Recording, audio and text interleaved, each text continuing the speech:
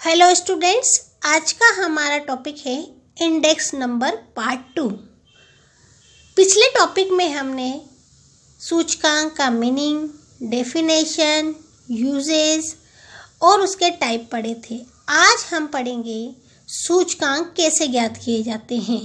सूचकांक ज्ञात करने के लिए इम्पोर्टेंट है आधार वर्ष और चालू वर्ष, बेसिक ईयर और करंट ईयर।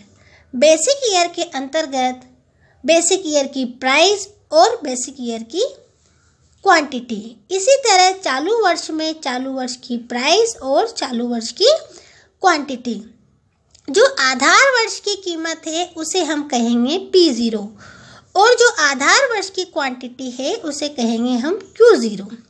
इसी तरह चालू वर्ष की कीमत को हम कहेंगे P1 और चालू वर्ष की क्वांटिटी को कहेंगे Q0। इनकी सहायता से हम सूचकांकों का निर्माण कर सकते हैं।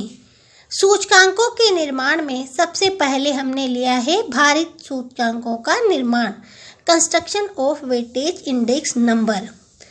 भारित सूचकांकों का निर्माण दो विधियों से किया जाता है। पहला है भारित समूहरीति, वेटेज एग्रीगेटिव मेथड, और सेकंड है मूल्यानुपातों की भारित औसत रीति, weightage average of relative method. भारित समूह रीति से जब हम भारित सूचकांकों की गणना करते हैं तो उसका फॉर्मूला है P01। P01 से हम किसको संबंधित करते हैं? सूचकांक को। और सूचकांक हम कैसे निकालते हैं इस विधि में? सिग्मा आपको पता है, किसी चीज़ का हम टोटल करते हैं तो उसे हम सिग्मा से शो करते हैं।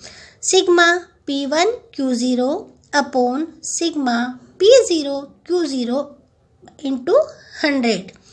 इस तरह हम भारित समूह रीति से इस फॉर्मूले की सहायता से सूचकांक ज्ञात कर सकते हैं। दूसरी रीति में जब हम सूचकांकों को ज्ञात करते हैं तो उसका फॉर्मूला है P01 equal to sigma RW upon sigma W। R यहाँ पर है रिलेटिव्स और W है आपका वेटेज। R अगर क्वेश्चन में नहीं दिया है तो R हम कैसे ज्ञात करेंगे? तो R ज्ञात करने का फॉर्मूला है P1 अपॉन P0 इंटू 100। और अगर क्वेश्चन में W भी नहीं दिया है तो हम W कैसे कैलकुलेट करेंगे? जो आधार वर्ष की प्राइस है उससे हम आधार वर्ष की क्वांटिटी को गुणा कर W की गणना कर सकते हैं। एक इलस्ट्रेशन की सहायता से हम भारित सूचकांकों की गणना करते हैं। इलस्ट्रेशन है, इसमें आपको बेसिक ईयर की प्राइस और क्वांटिटी दी है, करंट ईयर की प्राइस और क्वांटिटी दी है, कमोडिटीज दी रखी है ABCD। जो वस्तुएं हैं वो 4 प्रकार की वस्तुएं आपको दे रखी है। उपरोक्त समयांकों की सहायता से भारित समूह रीति व मूल्यानुपातों की आधारित औसत रीति द्वारा भारित सूचकांकों की गणना करनी है। तो हम इस इलस्ट्रेशन को सोल्व करते हैं। सबसे पहले हमने कम्युनिटीज लिख ली है ABCD। अब हमें देखना है कि भारित समूह रीति और मूल्यानुपात भारित औसत रीति से ज्ञात करने के लिए हमें किन किन की आवश्यकता होगी। तो हम फॉर्मूला देखते हैं। जब हम भारित समूह रीति से सूचकांक गणना करेंगे तो हमें P1 और Q0 अपॉन P0 Q0 की आवश्यकता होगी। और जब हम औसत रीति द्वारा भारित सूचकांकों की गणना करेंगे तो हमें W की और R की आवश्यकता होगी।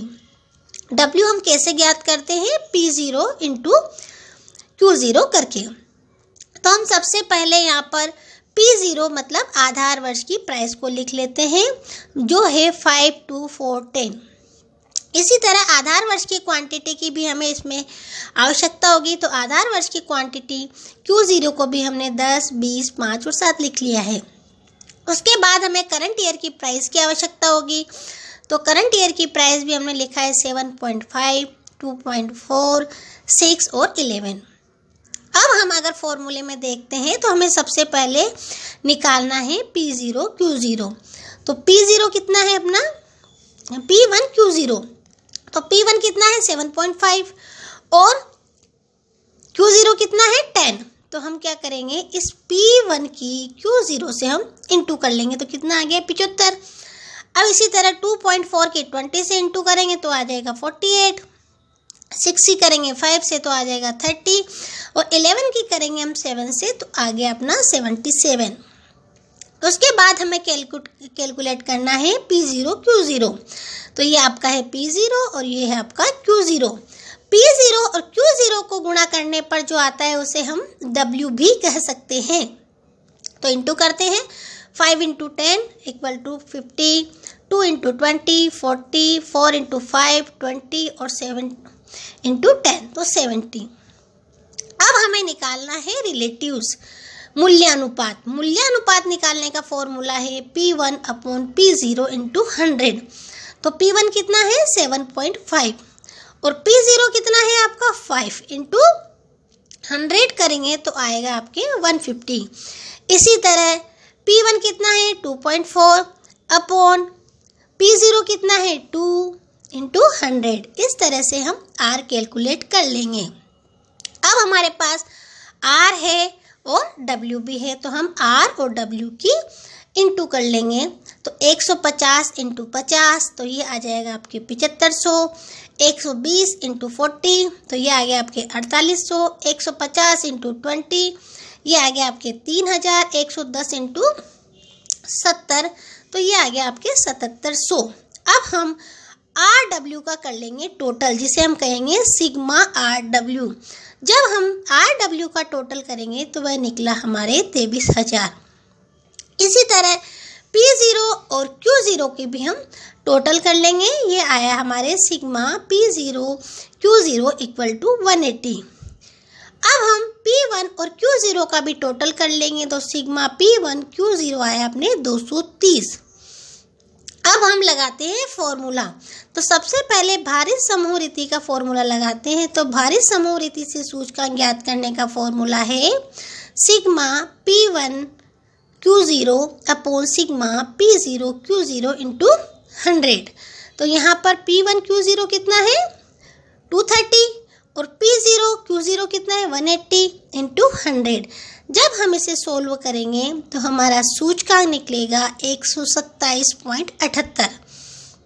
इसी तरह से हम भारित औसत रीति द्वारा सूचकांक ज्ञात करते हैं। P01 = sigma RW upon sigma W। तो सिग्मा RW अपन ने अभी टोटल किया था, वो निकला था अपने 23,000। तो 23,000 upon sigma W, sigma W कहें या फिर P0 Q0 कहें, एक ही बात है, वो आया है हमारे 180। तो हमने लिखा है 180। अब हम 23,000 में 180 का डिवाइड करेंगे तो इस तरह से हमारा भारित औसत रीति द्वारा जो भारित सूचकांक निकलेगा वह निकलेगा 127.78। अब आपने नोटिस किया होगा कि हमने भारित सूचकांक रीति से निकाला है या मूल्यानुपातों की भारित औसत रीति द्वारा सूचकांक ज्ञात किए हैं। दोनों में ही आंसर आपका सेम आएगा। ऐसा नहीं है कि आप भारित सूचकांक रीति से निकालेंगे तो सूचकांक कुछ अलग आएगा, और अगर आप मूल्यानुपातों पर अगर भारित औसत रीति द्वारा सूचकांक ज्ञात करेंगे तो वो कुछ अलग आएगा। ऐसा नहीं है, दोनों ही विधियों से सूचकांक हमेशा एक ही आएगा। Thank you.